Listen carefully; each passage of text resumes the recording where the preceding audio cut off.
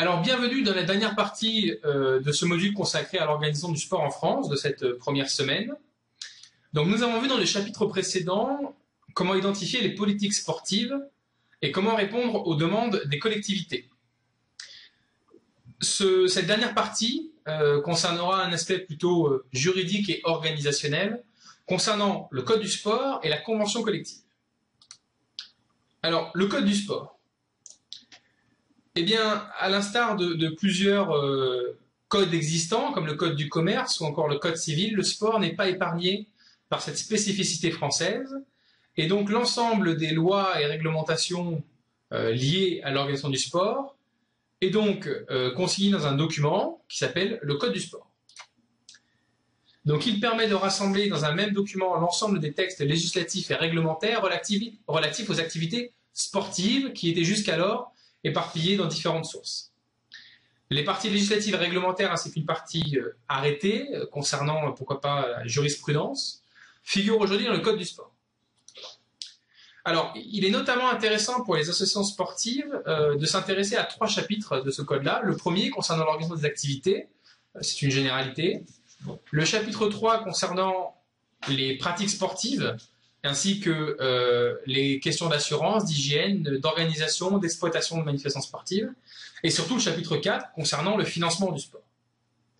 Alors justement, ce chapitre 4 concernant le financement du sport va nous amener sur une notion très importante, on l'a vu précédemment, concernant les agréments, puisque l'agrément jeunesse et sport délivré à certaines associations sportives par les directions régionales est une condition préalable indispensable à l'obtention des aides d'État, en l'occurrence le CNDS.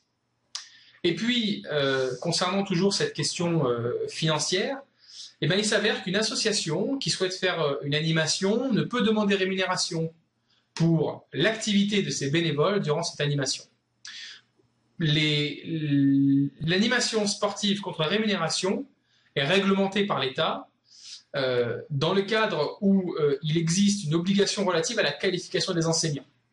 Obligation d'être détenteur d'un diplôme ou d'un titre reconnu par l'État, et l'obligation pour cette personne titulaire d'un diplôme de demander sa carte professionnelle. Comme on l'a vu dans les chapitres précédents, cette gestion des diplômes est notamment gérée par les directions régionales et départementales jeunesse et sport.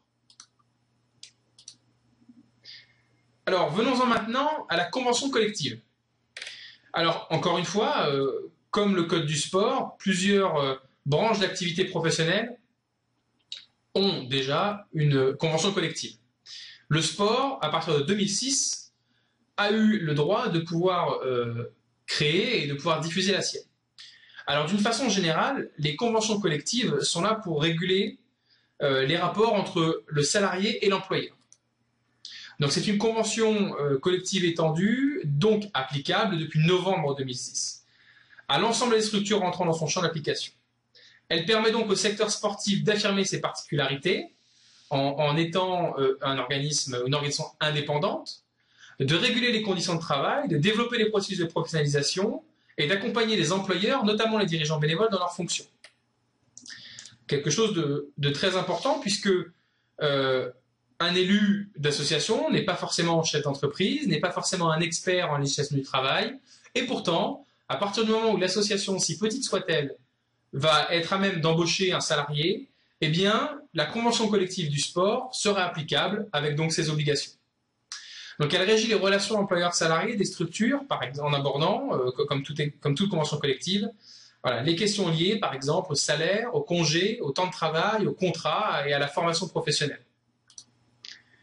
Donc, elle entraîne pour les employeurs des obligations et des contraintes nouvelles, complexifiant les obligations et les contraintes des employeurs. Son application représente un coût non négligeable. Par exemple, le respect de la grille des salaires. Dans ce document, qui est consultable sur Internet, la Convention collective nationale du sport, il suffit de faire une recherche, Google est votre ami, eh bien, il y a une grille, par exemple, une grille tarifaire concernant le coût horaire d'un salarié selon son niveau de diplôme. Effectivement, dans une organisation sportive, eh bien, quelqu'un titulaire d'un diplôme d'animation peut, ou d'un diplôme, plutôt d'un diplôme d'État, peut être à même de demander une rémunération supérieure à quelqu'un qui a un diplôme d'animation, de niveau bac à niveau master. Et puis, quelque chose de très important, c'est qu'il y a donc deux organismes paritaires collecteurs qu'on appelle donc les OPCA, qui sont ouverts dans la branche sport, qui sont Uniformation et AGFOS PME.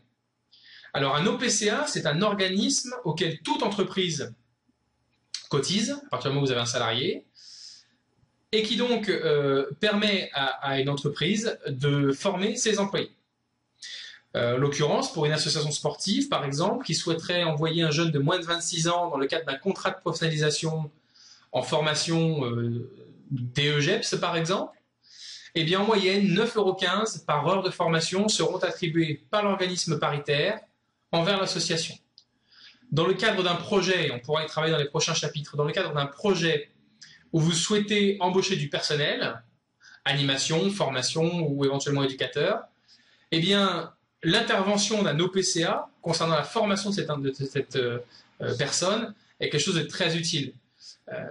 Dans la majeure partie des cas, selon ma propre expérience, 80 à 100%, voire 110% des coûts de formation sont couverts par ces subventions, puisque viennent s'ajouter au coût fixe de la formation, eh bien, des frais d'hébergement, de déplacement et ainsi de suite.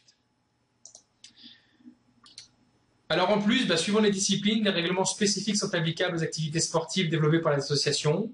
Bien entendu, la réglementation pour une activité, par exemple, de cheerleading n'est pas la même que pour une activité de football américain ou pour une activité de flag, par exemple, notamment pour les questions d'assurance.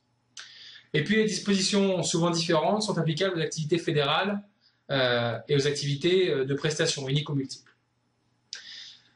Alors pour aller un petit peu plus loin, il y a de nouvelles problématiques qui vont arriver dans l'association à partir du moment où ces documents-là existent et à partir du moment où vous employez quelqu'un.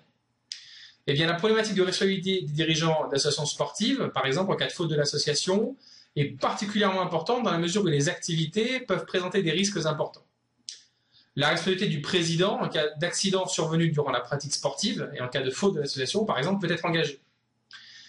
Les associations sportives ne sont pas toujours bien conscientes des risques en matière de responsabilité, ne prennent pas toujours les meilleures actions, les meilleures mesures préventives adéquates.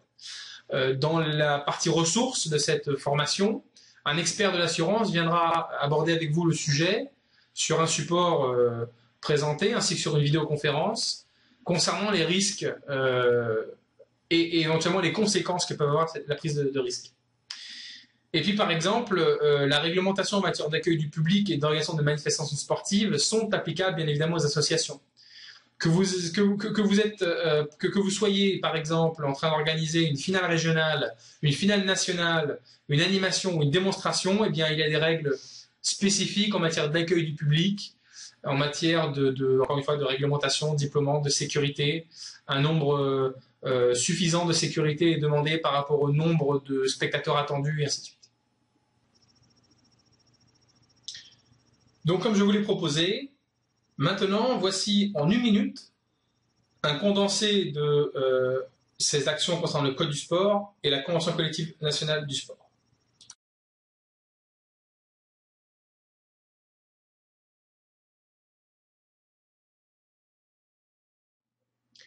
Voici le Code du sport. Comme nous l'avons vu, tous les textes qui régissent l'organisation du sport sont concentrés dans un ouvrage unique.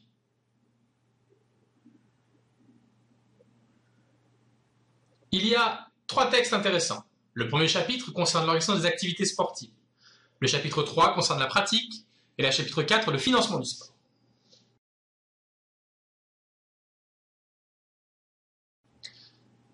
La définition de l'agrément jeunesse et sport. Nécessaire pour l'obtention de subventions, notamment le CNDS.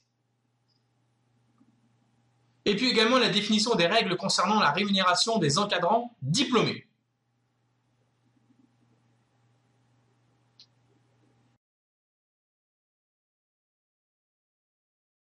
Et puis enfin, la Convention nationale collective du sport, qui va, elle, régir les relations employeurs-salariés depuis 2006 et qui va prendre en compte les salaires, les congés et autres.